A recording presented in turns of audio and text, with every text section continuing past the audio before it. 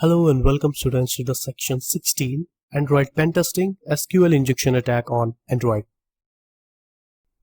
Now in this section we are going to take a look at various points. Like first of all we will learn about what is the meaning of SQL injection.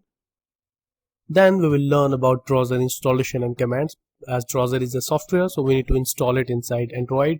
So that we will learn inside this section, as well as how we can perform SQL injection attack on Android, that we are going to cover in this section. Let's start with the first video of section 16 about SQL injection attack on Android. In this video we are going to take a look at a couple of points. First of all we will learn about SQL injection attack on Android and process of SQL injection attack.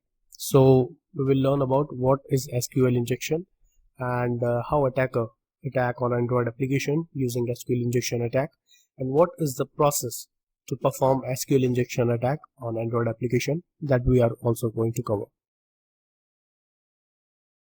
So let's start with SQL injection attack on Android. In the first point you can see that SQL injection is used to attack on databases. Actually yes. So let me show you that how it works. Basically this is your Android mobile. This is the DB, right? This is your mobile and this is your database.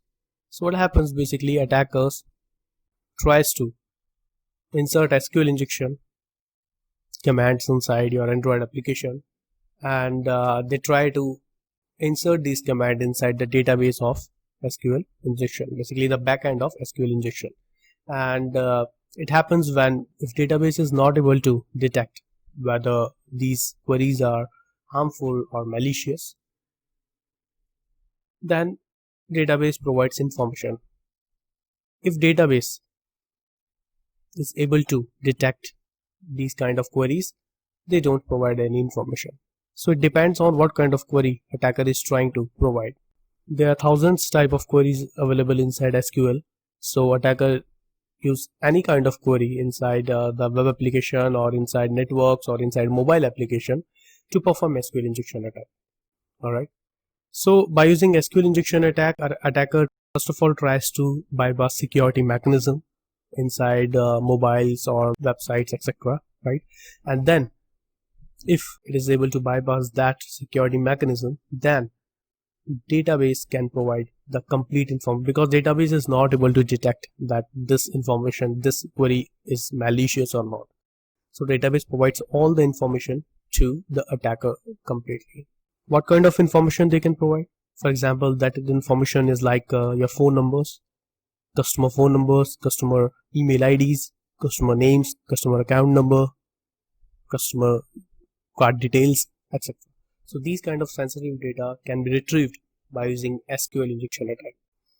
So using SQL injection attack, attacker can gather sensitive information from data. Obviously this is database, and attacker just needs to bypass the security mechanism, and after that database provides the complete info to the attacker.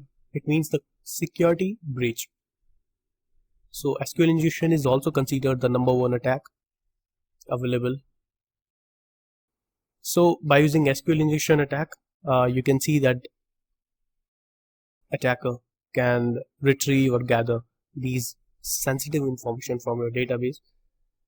So that's why it is considered in top 3 attacks available in Android application. So we are going to learn here in this section that how we are going to perform SQL injection attack on Android application, and how we can gather information like username, passwords, etc. using SQL injection attack.